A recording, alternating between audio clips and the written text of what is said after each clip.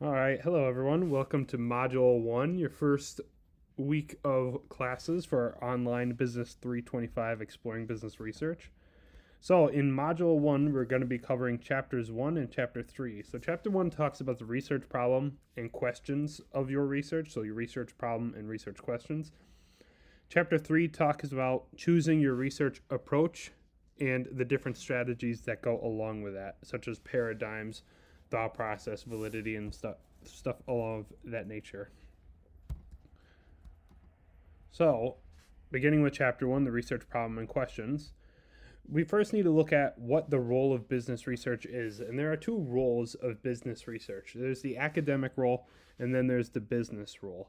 So, in the academic role, this is research that is meant to further push your field. So, if you do research in the field of marketing per se, your research and the results of that research are meant to benefit the field of marketing. So, when you look for an article, someone can find when someone looks for an article, they could potentially find the article that you wrote based on your research that helps them make determinations of maybe business practices or their own research. You'll most likely won't have to be in this role in your future career unless you became an academic individual, meaning that you work at a college or university. These are college or university level professors. Typically, you'll see articles on Facebook that say Harvard discovers this or Stanford learns about this. Those are things that you're probably not going to do. You might, but it's more likely that you're going to be in the business role, and that's meant to further push your business or company. And that can be done in many ways by almost anyone. So, you as a person working at a company can conduct your own research. So maybe you want to determine, is your product selling with a specific age demographic, or maybe you want to determine why your company is selling a product so well to 18 to 35 year olds, but it's not selling that well for 36 to 65 year olds. Those are types of research that you can actually conduct on your own. So, the nature of business research, and research needs to be specific when discussed. You need to differentiate from survey research, which is your typical news anchors, and real verified research, which are academic journals. So, like it says, survey research is, when a news anchor goes out on the street, let's say Newswatch 16, that's our local news station, goes out in the street and tries to ask people, what are your opinions on topic X? That's survey research. You're surveying the population of Lackawanna County in the example of Newswatch 16.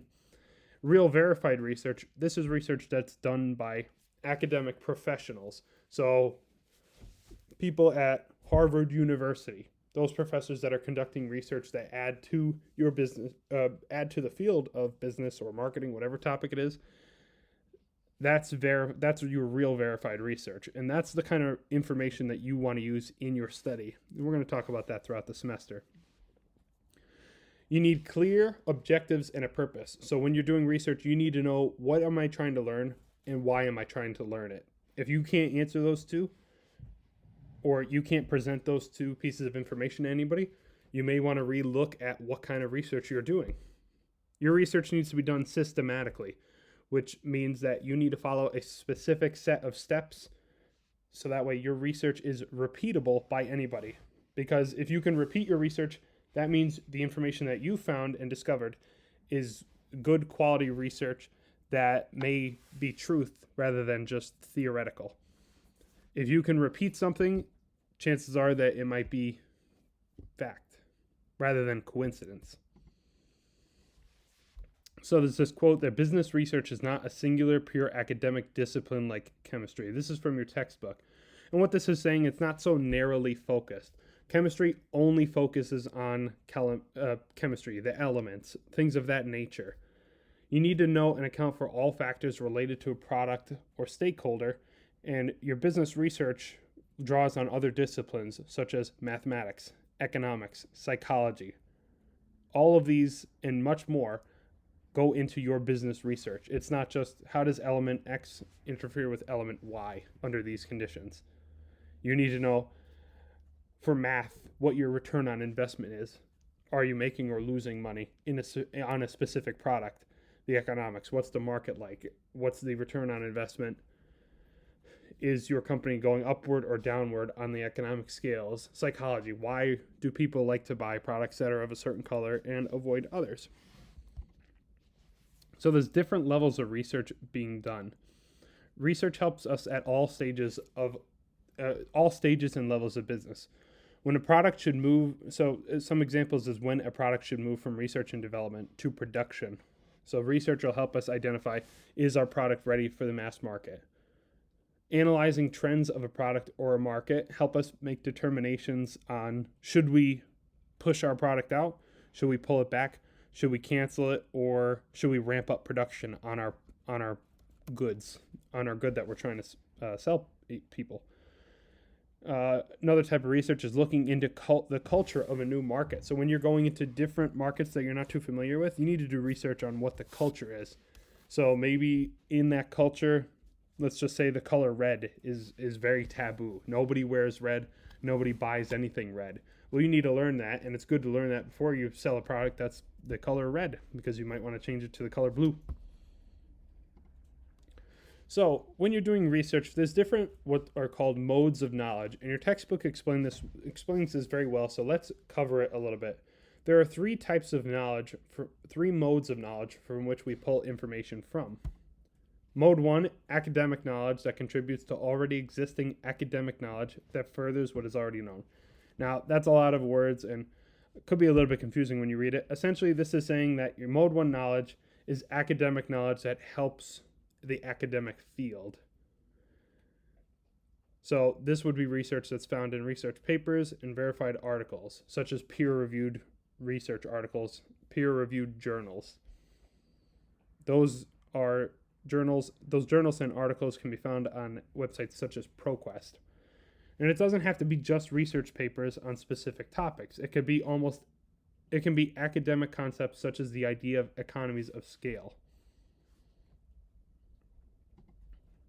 Mode 2 of knowledge is your practical applied knowledge. It's real world knowledge, as I would call it, not academic knowledge. So an example could be the accounting standards of a country you're doing business in. So that's like real world knowledge. That's not, you don't have to perform and conduct specific research to find this information. And this would be knowledge utilized by management and policymakers of a company or organization. So management would make determinations on, are we going to change up how we do our accounting standards based on the requirements of a new market or new country or new economy, new policies in government, whatever it may be. Mode 3 is knowledge not specifically produced for academics, nor is it meant for direct application for practical need. So this is knowledge that's meant for what's called big picture stuff. An example would be the impact that capitalism can have on developing countries. So that's very big picture. It's not something very easily researched, and it's very up in the air what could happen in this example of impact on capitalism on developing countries. Because that could not only change just the market or the cultural norms there, but it could also change government policies, which essentially would affect things in Mode 1 and Mode 2 of research that we talked about earlier. So you're going to have to choose an area for research and then refine your topic when you're conducting business research. So first you're going to choose a field, and then you're going to refine. So you're going to start with a broad area for research. An example could be management, marketing, whatever it may be, accounting, although I would personally consider accounting a little bit of a challenge, but you could do research in accounting, or a particular question that you have. So maybe you don't want to just do research in management, but you have an idea of, I've always wondered how this works, how X affects Y, how employee retention is affected by work schedules. And make sure your topic interests you. This semester and any research that you do in your life, regardless if it's academic or business, is going to be a challenge if you choose something that does not interest you. It's going to be boring and you're just not going to enjoy it. So make sure whatever you're choosing has something related to what interests you. From there, you're going to refine your topics. So get more and more specific as the days go on.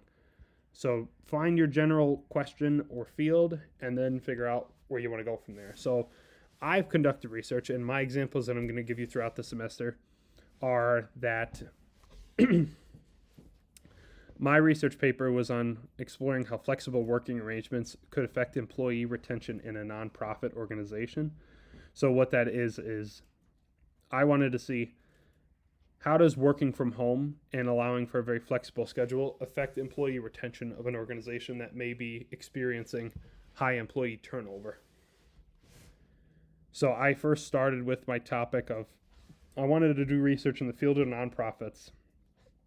Then at that time, COVID hit and people were working from home. So I was like, what better relevant topic to choose than working from home and how that would affect employees. So I had the field of nonprofit organizations. Then I had then I had the idea of working from home. So nonprofits working from home.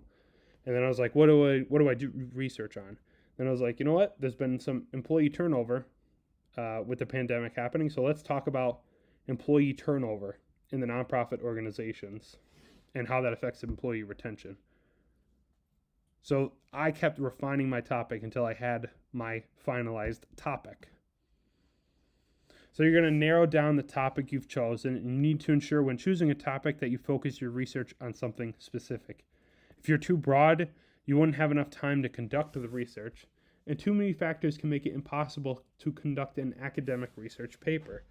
So there are a lot of different factors out there that could play into why it would take you more or less time to conduct research. This semester, you are very crunched for time. You only have 7 weeks to conduct a fairly sizable paper by the end of this semester. So you don't want to choose something that's far too broad for our purposes. But let's take it to the academic world. If you wanted to do research on something that would take you a 2-year study, 2 years to actually study to get good results from, but you only had 1 year's time before you had a deadline to produce some results, well, then you obviously can't choose that research topic that would take you 2 years because it's just not feasible for you. An example that I could produce is change 3 variables to see what happens. So let's say you have a dog. You've had your dog for a while. You know what your dog likes to eat. But then let's say you changed their food up. You started giving them a new supplement and they started a new medication. The next day, they had a lot of tummy issues, right? So what caused the dog's tummy issues? Well, you don't know because you changed their food. So that could be it. You changed their supplements by giving them a new supplement, and then you also changed their medication by giving them a new medication. So it could be the food, could be the medicine, it could be the supplements and the medication combined, it could be the supplements alone. So there's too many variables to actually conduct the research on. So what you would have to do is you'd have to remove all 3 variables, and then you'd have to try one thing at a time. So start the medication. Does the medication make your dog feel ill? Okay, it doesn't. Then you change the food. So you start the food. Your dog doesn't feel ill. Then you add these supplements in, and then your dog starts feeling ill. Well, now you know it's the supplements that are causing your dog to not feel well. So you can't choose too many things to research because you need to have constraints so that way you can manage your research. You're going to choose a topic context, and that will help you find a specific area within your area that interests you. So like I said, I wanted to start with nonprofits and working from home.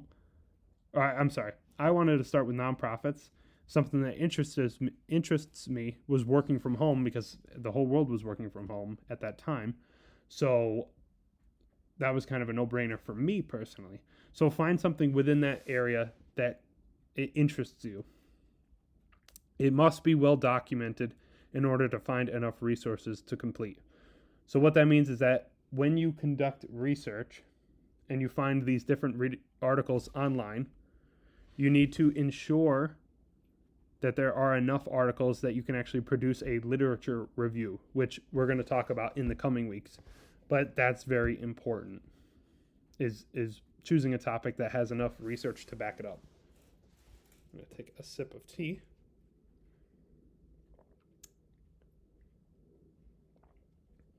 So now you're going to continue to refine your topic. You're going to write and rewrite the question that you've posed.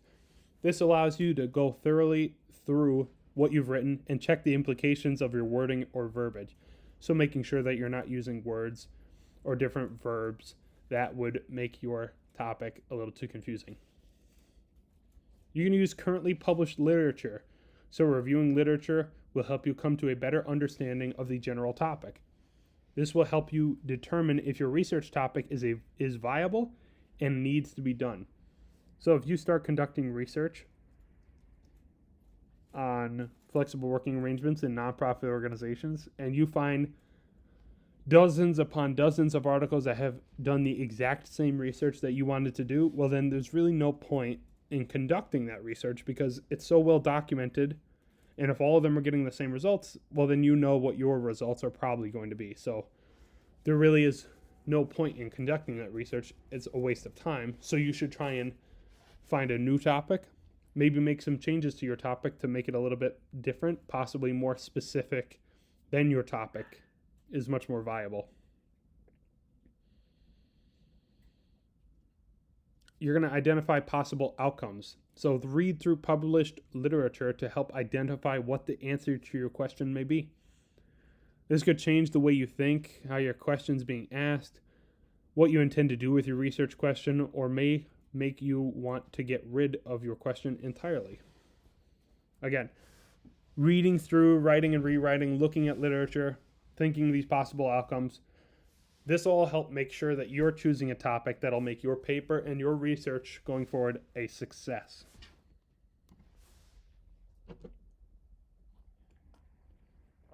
Research is messy. Research doesn't always flow neatly, so you frequently have to jump back and forth between sections of your paper. So you might start writing your literature review, then you want to work on your introduction, then you might have to go back to your literature review because something changed. Then you're going to start writing your methodology, but then you learn something in your methodology that makes you need to change your topic. And when you change your topic, you have to go find new research articles to add into your paper.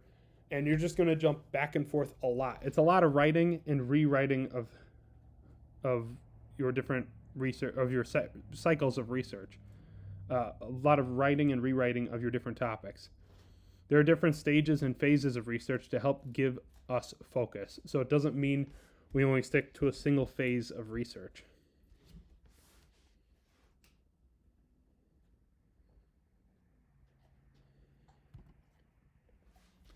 So that ends chapter 1. So now we are going to start working on chapter 3, choosing research approaches and strategies. So first, you're going to start identifying different research paradigms for business. I apologize. I continue to sip some water so that way my throat isn't so dry while I'm talking to you guys. So, what is a paradigm? A paradigm is described as a cluster of belief which guide researchers to decide what should be studied and how results should be interpreted. So essentially, it's a way of thinking, as I like to describe it, with guidelines that follow suit. So there are 4 paradigms for social science research: functionality, interpretive, radical humanist, and radical structuralist. These paradigms are inconsistent, and they are mutually exclusive with each other.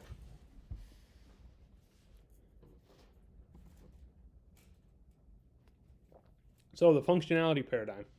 This takes a classic survey approach to the issue, and it's thought to be objective reality. An example is a survey designed to see how employees feel about working in an organization or company. So, essentially, in this paradigm of research, functionality paradigms, you go through and you essentially survey people, kind of like what we were talking about for news anchors in mode 1 of knowledge. You're going to go through and you're going to ask employees, how do you feel about working at this organization or company?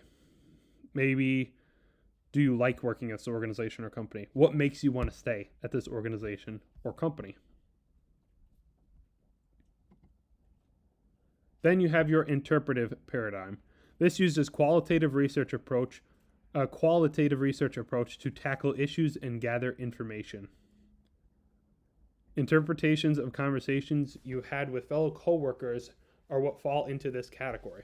So having different conversations, you would need to interpret what is being said in those conversations. So you may not be asking directly, why do you like working here? You may just be talking in a conversation or a dialogue of some kind, and it comes out that they like working here because of the management style or the flexibility, whatever it may be. It's an interpretation. They may not come out and say, I like this because of this. I do this because of this. And you can use unstructured interviews to identify perceptions of the workplace. So an unstructured interview is essentially just a dialogue, a conversation you're having with someone. It helps you to identify perceptions of the workplace without needing to stick to a script or a set specific structure.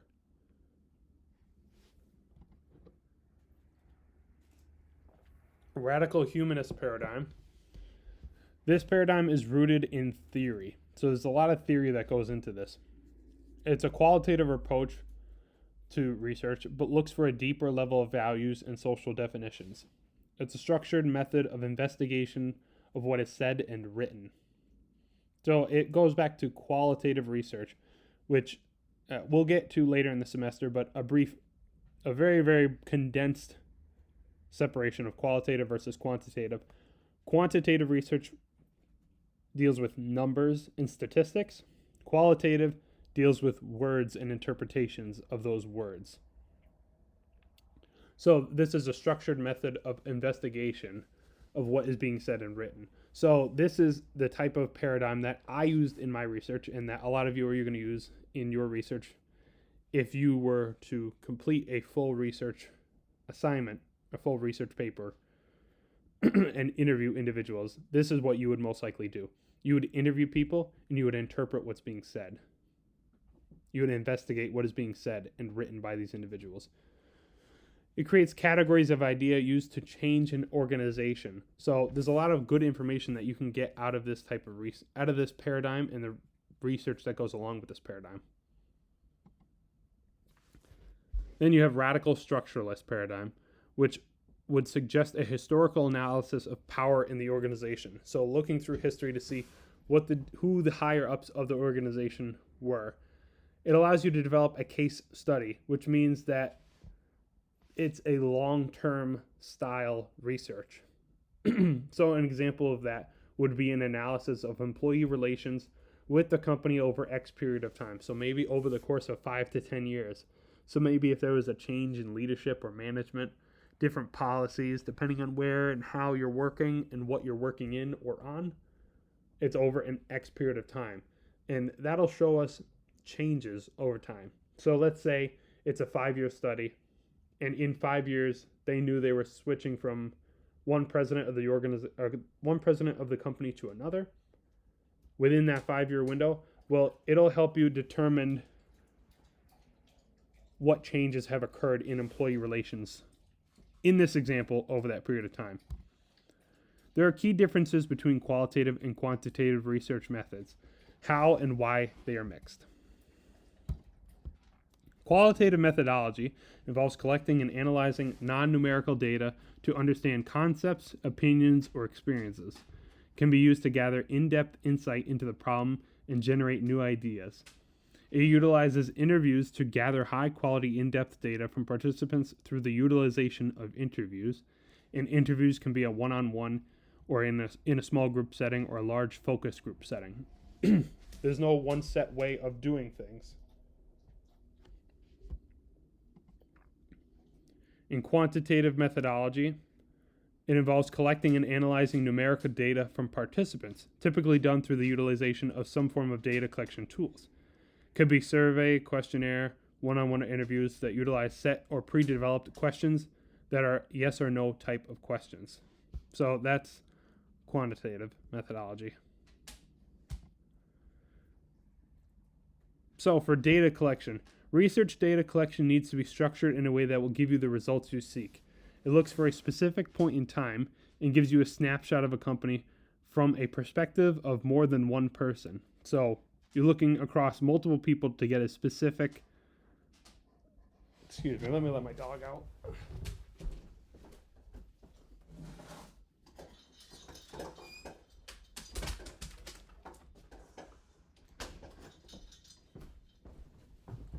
So it gives you a snapshot of a company over a perspective from more than one person in this example.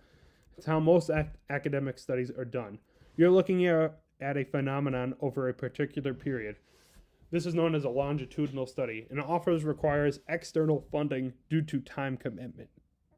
So a lot of research, especially in the academic setting, you may not be getting funded for or paid for, depending on the type of research. So if it's going to be a very long and intensive research process, you may need some funding sources. An example could be the life cycle of a product from its infant stages all the way to the sales floor. So doing research on a project from the days of conception all the way until people are actually purchasing that product. So there's criteria of validity and reliability in business research. So reliability, this is a term used to describe your research. It means your study can be replicated. Your research should be so clear that anyone could read it and repeat it. It needs to be clear enough that no information was altered for specific results. There are factors affecting reliability and validity of collecting data, though, so you need to make sure that your data is reliable at the end of the day.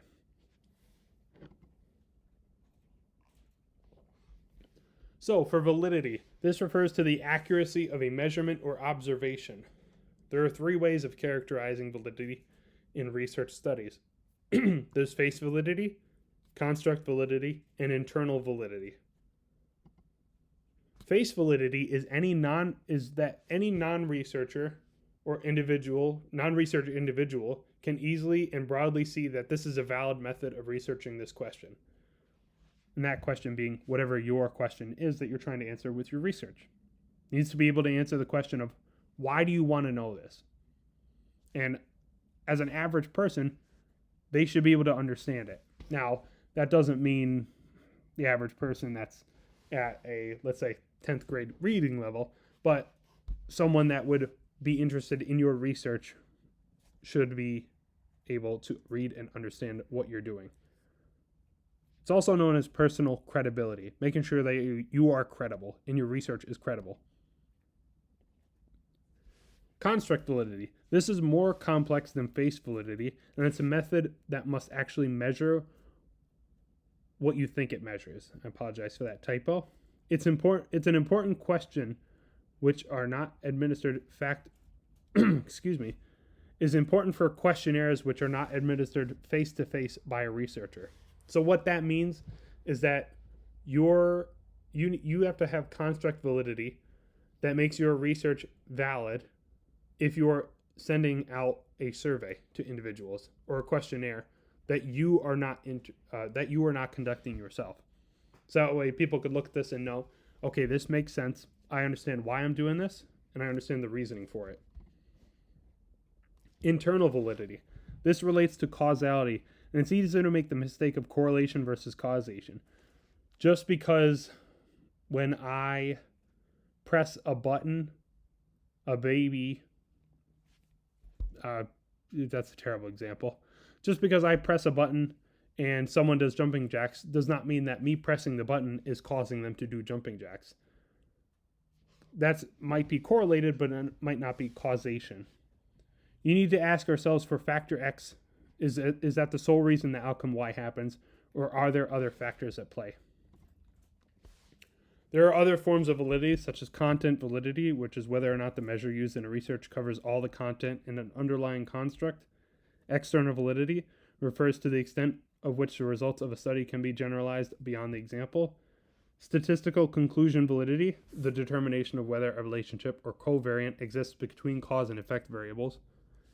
Criterion-related validity is a measure of the quality of your measurement methods Accuracy of a measure is demonstrated by comparing it with a measure that is already known to be valid. Excuse me.